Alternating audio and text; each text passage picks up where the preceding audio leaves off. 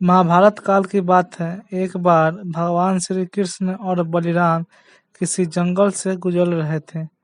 चलते चलते काफी समय बीत गया और अब सूरज भी लगभग डूबने वाला ही था। अंधेरे में आगे बढ़ना संभव नहीं था। इसलिए श्री कृष्ण बोले, बलराम, हम ऐसा करते हैं कि अब सुबह होने तक का यही इंतजार करते हैं और हम यहीं ठहर जाते हैं। सुबह होते ही हम अपने मंजिल की ओर बढ़ चलेंगे। बलराम बोले, पर इस घने जंगल में हमें खतरा हो सकता है। यह सोना उचित नहीं होगा। हमें जंगल में कहीं रात बिताना बहुत ही मुश्किल होगा। अच्छा, हम ऐसा करते हैं कि पहले मैं सोता हूँ और तब तक तुम पहरा देते रहना, और फिर जैसे ही तुम्हें नींद आए तुम मुझे जगा देना, तब मैं पहरा दूंगा और तुम सो जाना। श्री कृष्ण ने बलराम को समझाया और बलराम तैयार हो गए। कुछ ही पल में श्री कृष्ण गहरी नींद में चल गए और तभी बलराम को एक भयानक आकृति उनके नजर के सामने दिखाई दी। कोई राक्षस ही था। राक्षस उन्हें देखते ही जोर से चीखा और बलराम पूरी तरह से डर गए। इस घटना का एक विचित्र असर हुआ।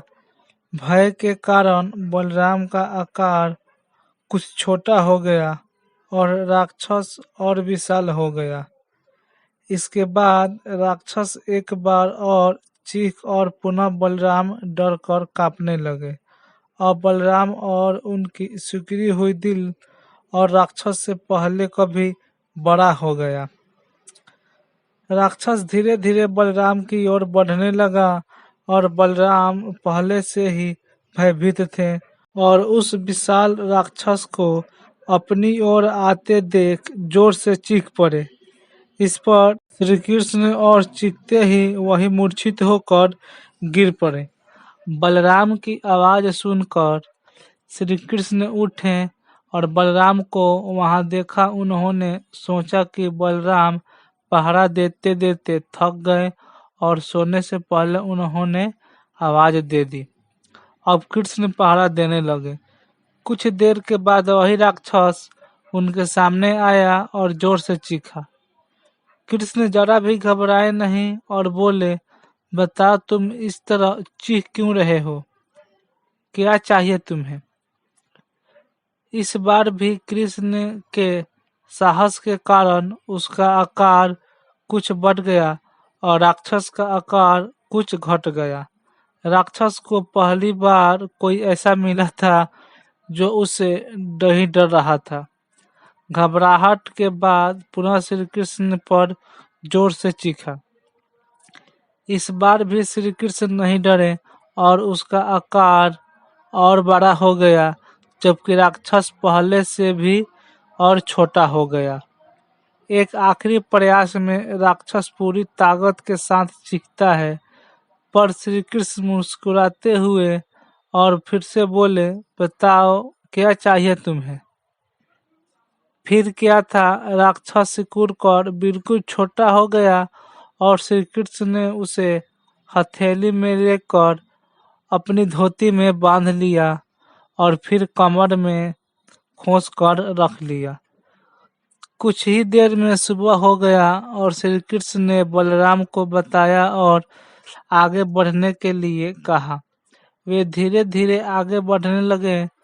तभी बलराम उत्तेजित हो उठे और बोले, पता है कल रात में क्या हुआ था? एक भयानक राक्षस हमें मारने आया था। रुको रुको, बलराम को बीच में ही टोकते हुए श्री कृष्ण अपनी धोती में बांधकर राक्षस को रुको रुको बलराम को बीच में ही टोकते हुए श्री कृष्ण ने अपनी धोती में बांधा राक्षस निकाला और बलराम को दिखाते हुए बोले, कहीं तुम इसकी तो बात नहीं कर रहे हो? हाँ, ये वही है, पर कल जब मैंने इसे देखा था तो यह बहुत ही बड़ा था और ये इतना छोटा कैसे हो गया? बलराम में आश्चर्यचकित होते हुए बोले। श्री कृष्ण बोले, जब जीवन में तुम्हें किसी ऐसी चीज से बचने की कोशिश करते हो जिसका तुम्हें सामना करना नहीं है। श्री कृष्ण बोले, जब जीवन में तुम किसी ऐसी चीज से बचने की कोशिश करते हो जिसका तुम्हें सामना करना चाहिए, तो वे तुमसे बड़ी हो जाती है और तुम पर नियंत्रण करने लगती है। लेकिन जब तुम उस चीज का सामना करते हो तो उसका सामना तुम्हें करना चाहिए, तो उससे बड़े होते हुए भी तो तुम उससे बड़े हो जाते हो और नियंत्रण करने लगते हो। तो दोस्तों, दरअसल यह राक्षस हमारी जिंदगी में आने वाली चुनौतियां हैं।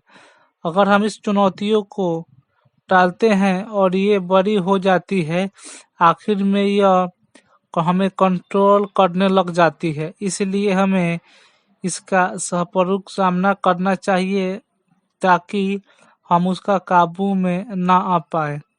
इस प्रकार चुनौतियों को डटकर सामना करने से वे छोटी सी छोटी गलती भी बड़ी हो जाएगी अगर हम उस गलती को स्वीकार ना करें और उसका डटकर सामना ना करें। तो ऐसे ही वीडियो को सुनने के लिए हमारे चैनल को सब्सक्राइब जरूर करें।